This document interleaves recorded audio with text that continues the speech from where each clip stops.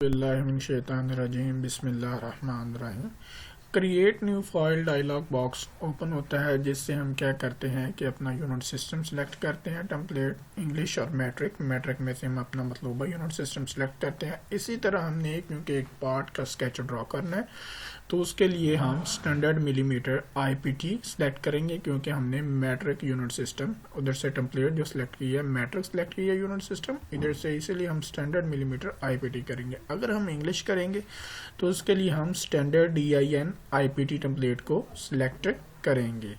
इधर से हम डबल क्लिक कर देते हैं स्टैंडर्ड मिलीमीटर IPT पे, या हम क्रिएट करते हैं तो हमारा जो है बिल्कुल मतलूबा जो पेज होगा वो हमें स्क्रीन के ऊपर डिस्प्ले होंगे और वो फाइल लोड हो रही है। आज का जो हमारा टॉपिक है वो है, आपने जो काम करना है प्रैक्टिकल के हवाले से, वो है पैटर्न बार पे हमने काम करना है। पैटर्न बार में क्या होता है कि बिल्कुल इसी तरह है कि अगर हमने एक से ज़्यादा मतलूबा स्केच जो कि मैकेनिकल इंडस्ट्री में हमें बाज़ वास्ता पड़ता है, ठीक है, तो अगर हमने वो ड्रॉ करने हैं तो उस हवाले से आपने इस पैटर्न में जो कि दो किस्म के ऑप्शन है पैटर्न के हवाले से, जो कि पैटर्न को ड्रॉ करने के लिए हम यूज़ करते हैं रेक्टेंगुलर पैटर्न, सर्कुलर पैटर्न। इसी तरह हम इसके ऊपर आज काम करेंगे। इस वक्त जो हमारे स्क्रीन के ऊपर अपना पेश हो रहा है, इस मॉड्यूल को बोलते हैं पार्ट मॉड्यूल, ठीक है। पार्ट मॉड्यूल सबसे पहले ये है हमारा पैटर्न। आज हमने काम जो करना है पैटर्न, जिसमें एक ही डिज़ाइन के हमने मुख्तलिफ ऑब्जेक्ट जो कि एक कॉलम हॉरिजॉन्टली या वर्टिकली कॉलम की शक्ल में अगर ड्रॉ करने हैं तो उसके लिए हम रेक्टेंगुलर पैटर्न यूज़ करेंगे। अगर हम सर्कुलर फॉर्म में एक ही तरह के ऑब्जेक्ट बनाना चाह रहे हैं, सही है, तो हम उसके लिए सर्कुलर पैटर्न का यूज़ करेंगे, ठीक है। इसी तरह मैं सबसे पहले लेता हूँ ऑप्शन इधर से सर्कुलर पैटर्न के लिए सिंपल मैं एक अपना रेक्टेंगल लेता हूँ। रेक्टेंगल इधर मैं ड्रॉ कर देता हूँ अभी, जिसकी लेंथ में लेता हूँ 5 टैब और थिकनेस में उसके ले लेता हूँ 3, एंटर। और इस तरह हमारी मतलूबा रेक्टेंगल जो कि ड्रा हो चुकी है, हमें स्क्रीन के ऊपर डिस्प्ले नज़र आ रहा है। अगर इसी तरह मैंने रेक्टेंगल ड्रॉ करनी है तो डायरेक्शन देने के लिए बाकायदा मैं सिंपल एक लाइन लूँगा, सिंपल लाइन, जो कि ये लाइन जो कि यूज़ होगी सिर्फ डायरेक्शन देने के लिए। इसी तरह दोबारा फिर लाइन लेने के लिए रिपीट लाइन, और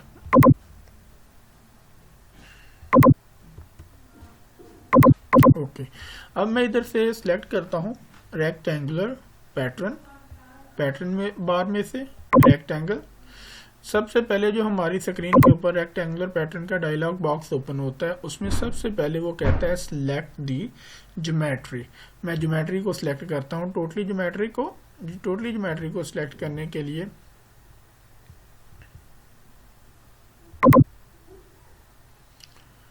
ये टोटली हमारी सिलेक्ट ज्योमेट्री हो गई है। ब्लू कलर उसका हमें स्क्रीन के ऊपर नजर आ रहा है। इसके ऊपर सबसे पहले है डायरेक्शन 1 और डायरेक्शन 2, और साथ ही इसके ऊपर फ्लिप का ऑप्शन मौजूद है, जिसमें वो अभी मैं उसका भी यूज़ करके आपको बताऊंगा फ्लिप ऑप्शन हम क्यों यूज़ करते हैं। डायरेक्शन 1 के लिए मैं सबसे पहले यही डायरेक्शन सेलेक्ट करता हूँ डायरेक्शन 1 के लिए। और अगर इसके ऊपर नंबर ऑफ ऑब्जेक्ट कितने हमने ड्रॉ करने हैं, मैं इधर कर देता हूँ 5, और इनका आपस में डिस्टेंस कितना होना चाहिए वो भी हम अपनी मर्जी के मुताबिक मतलूबा रिक्वायरमेंट के मुताबिक सेट कर सकते हैं।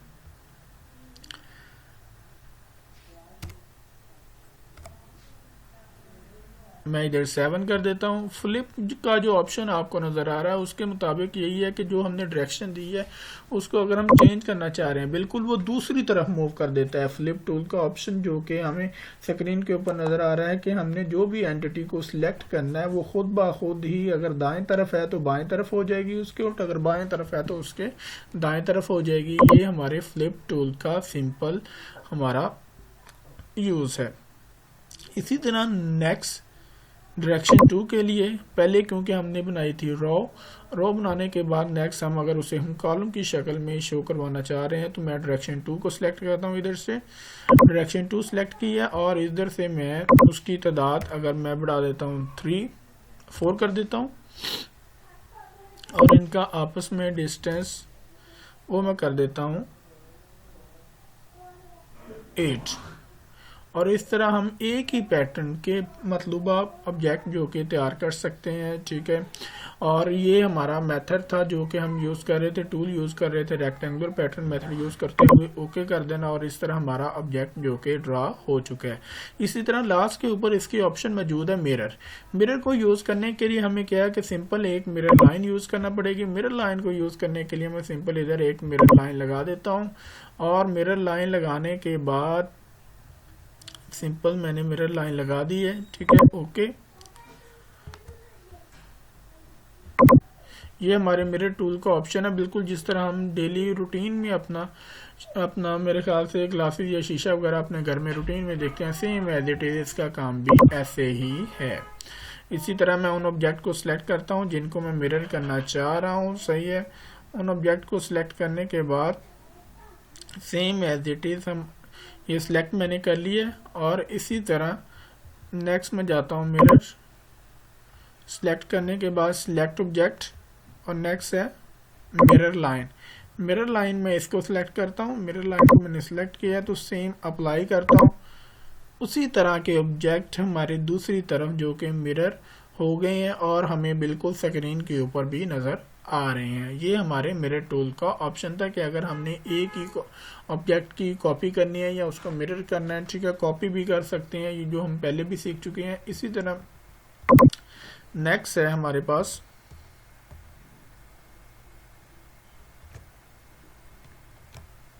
सिंपल। अगर मैं चाह रहा हूँ कि सर्कुलर पैटर्न में इसी तरह के ऑब्जेक्ट बनने चाहिए तो बिल्कुल मैं उसके लिए क्या करूँगा कि सर्कुलर पैटर्न को सिलेक्ट करता हूँ। सर्कुलर पैटर्न का डायलॉग बॉक्स हमारी स्क्रीन के ऊपर डिस्प्ले हुआ। सबसे पहले वो कहता है सिलेक्ट ज्योमेट्री। हम क्या करेंगे कि टोटली सिलेक्ट ज्योमेट्री कर देते हैं, ठीक है। और इस तरह ब्लू कलर नज़र आ रहा है और इस तरह हमारी ज्योमेट्री जो कि थी वो मतलब सिलेक्ट हो गई है। नेक्स्ट है एक्सिस, हमने कोई पॉइंट सिलेक्ट करना होता है, मैं एक्सिस ये सिलेक्ट करता हूँ। इसी तरह फिर मैं उसकी अगर तादाद देना चाहता हूँ, जितने भी ऑब्जेक्ट की तादाद दूंगा, सही है, उधर मैं अगर कर देता हूँ 10 कर देता हूँ। सेम उसी तरह के पैटर्न के ऑब्जेक्ट जो कि सर्कुलर फॉर्म में हमें स्क्रीन के ऊपर नज़र आ रहे हैं, बिल्कुल वो अपना सर्कुलर फॉर्म में ड्रा हो जाएंगे।